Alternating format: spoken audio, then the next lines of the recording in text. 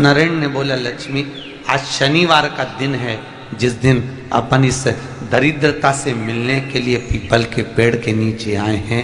हिंदू धर्म में ये दिन पीपल के वृक्ष के लिए पूजनीय होगा। जो भी शनिवार के दिन पीपल के वृक्ष की पूजन करेगा, दूध चढ़ाएगा या मिष्ठान का भोग लगाएगा, लक्ष्मी और नारायण उसके घर में प्रवेश कर जाएगा। लक्ष्मी और नारायण उसके घर में प्रवेश करेगा। इसलिए नियम बनाया। कौन से दिन का? शनिवार। लक्ष्मी जी बोली, नारायण आपने तो एक दिन का वार लिख दिया। शंकर जी ने 7 वार बनाए हैं, रविवार, सोमवार, मंगल, बुध, गुरु, शुक्र और शनि। ये शिव जी ने बनाए। अब एक दिन आपने अपना बना लिया, बाकी के दिन अगर कोई इस पीपल के वृक्ष के नीचे आएगा और यहाँ तो दरिद्रता बैठी है, तो उसका क्या होगा? भगवान नारायण बोले, सुन दरिद्रता, तेरे से एक विनती है, अगर कोई भी मनुष्य इस पीपल के पेड़ के नीचे अगर 7 दिन में आता है और उसके हाथ में अगर कोई सामग्री होती है तो तू उसके घर में प्रवेश नहीं करेगी। नियम है पीपल के वृक्ष का, या तो पानी का लोटा लेकर जाओ, कुंकू का चोपड़ा लेकर जाओ, शक्कर लेकर जाओ, या पेड़ के नीचे चींटी को डालने के लिए आटा ले जाओ, पर खाली हाथ पीपल के वृक्ष के नीचे कभी मत जाओ, कभी नहीं जाओ। खाली हाथ जाओगे तो दरिद्रता तुम्हारे घर में प्रवेश करेगी। दरिद्रता उठकर खड़ी होकर बोली, नारायण तुमने अपनी मनमानी करी है, एक दिन मुझे भी मेरा चाहिए। भगवान ने कहा, बोल कौन सा दिन चाहिए? दरिद्रता कहती है, रविवार के दिन इस पीपल के वृक्ष के नीचे मैं दिन भर नृत्य करूं, इसमें रहूं, और जो यहाँ आए रविवार को मैं उसके घर में प्रवेश करूं। भगवान ने कहा, ठीक है। दरिद्रता, रविवार का दिन एक ऐसा दिन रहेगा जिस दिन तू इस पीपल के वृक्ष के नीचे नृत्य करेगी और जो आएगा इस पीपल के वृक्ष के नीचे तो उसके साथ प्रवेश करेगी। मैंने तुझे वर दिया। इसलिए हमारे यहाँ केवल पीपल का वृक्ष अगर दीवार में भी लग जाता है ना, किसी की फैक्ट्री की दीवार में, किसी के घर की दीवार में पीपल का वृक्ष अगर लग जाता है, पीपल का पौधा लग जाता है, उसको कितना भी तोड़ लो वो वापस लग जाएगा। फिर तोड़ोगे फिर लग जाएगा। अगर पीपल के पौधे को तोड़ना है तो केवल रविवार का दिन एक नींबू, एक मिर्ची और बमूल का कांटा, ये 3 चीजें रखने के बाद में आधे घंटे बाद रविवार के दिन पीपल के पेड़ को उखाड़ कर फेंक दो। दूसरी बार कभी पीपल दीवार में लगता ही नहीं, कभी नहीं लग सकता। केवल एक रविवार का, केवल एक संडे, इतवार का। घर में दीवारों पर अगर पीपल लग भी गया है, इसलिए पीपल के वृक्ष को उखाड़ने का, अगर घर में पीपल लगा हुआ है या पीपल का पौधा हमारे घर में लग गया, उसको उतारना, निकालना, लगाना, तो पीपल के वृक्ष को अगर निकाला जाता है तो रविवार के दिन, और अगर पीपल के वृक्ष को कहीं लगाया जाता है तो सोमवार के दिन या मंगलवार के दिन, बुधवार के दिन, इन दिनों में लगा सकते पीपल के वृक्ष कहीं लगाना। शनिवार का दिन एक ऐसा दिन होता है जिस दिन पीपल के वृक्ष को कहीं जाकर लगाया नहीं जाता, क्योंकि शनिवार के दिन पीपल के वृक्ष के नीचे लक्ष्मी रहती है। हम अपने हाथों से अगर पीपल का वृक्ष किसी दूसरी जगह पर शनिवार को रोपित करते हैं तो हमारे घर की लक्ष्मी अपने घर से छिन्न होकर चली जाती है। इसलिए शनिवार के दिन पीपल लगाया नहीं जाता, किसी के घर जाकर उसको वापस पलटा नहीं जाता। लग गया उसको डाल। प्रभु मेरी धर्म पत्नी को कहाँ रखूं आप बताओ? वो तो जहाँ यज्ञ होता है, अनुष्ठान होता है, दान होता है, पुण्य होता है, सत्कर्म होता है, वहां जाने को तैयार नहीं। अब करूं क्या? भगवान ने बोला, एक काम करो। दुर्वासा जी बोले, जिसके यहाँ रात्रि में बर्तन झूठे पड़े रहते हो उसके घर में इस दरिद्रता को लेकर तुम प्रवेश कर जाना।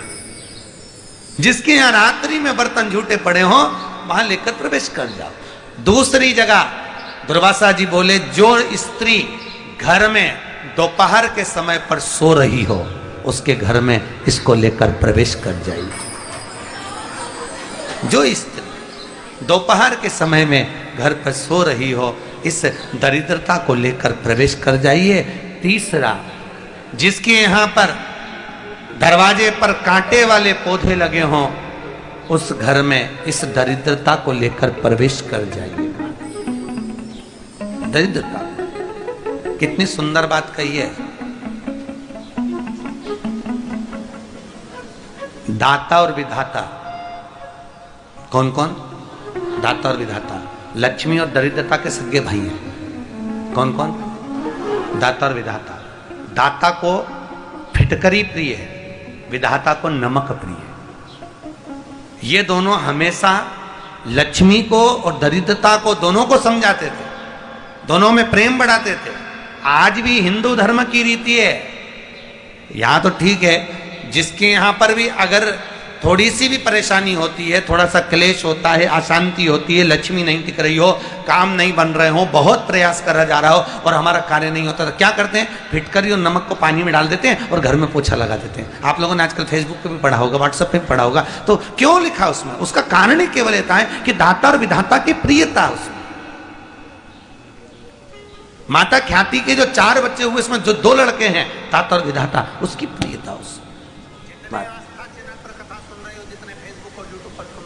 उसकी पूर्णता उसमें।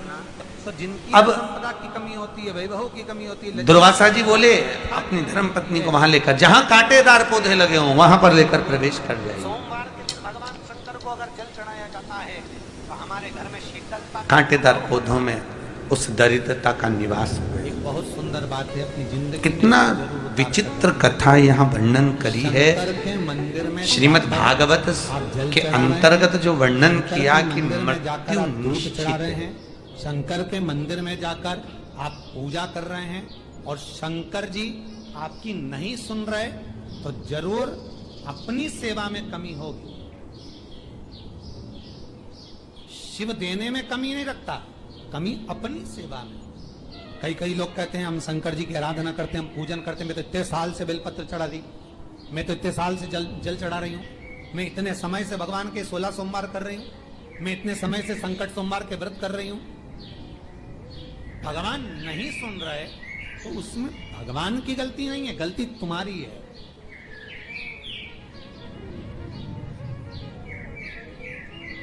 गलती तुम्हारी है। जब 10 दिशाओं को भगवान शंकर ने बांटा और शंकर भगवान ने 10 दिशाओं को बांटा, तो 10 दिशाओं का आधिपत्य बनाया है कि कौन सी दिशा में कौन सा देवता इसका आधिपत्य रखेगा, कौन से देवता यहां पर निवास करेंगे, किसका आधिपत्य इस दिशा में होगा। पूरब, पश्चिम, उत्तर, दक्षिण, ये चारों दिशा सामने आकर खड़ी हो गई भगवान शंकर के सामने, भगवान शिव के सामने खड़ी।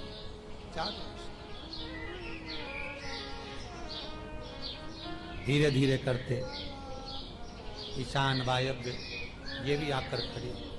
10 दिशा शिव जी के सामने थे। 10 दिशा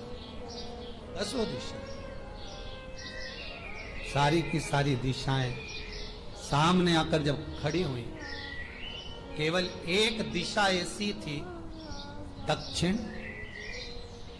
जो भगवान शंकर का स्मरण कर रही थी, भगवान शंकर के स्वरूप का अनुमोदन कर रही, केवल दक्षिण दिशा।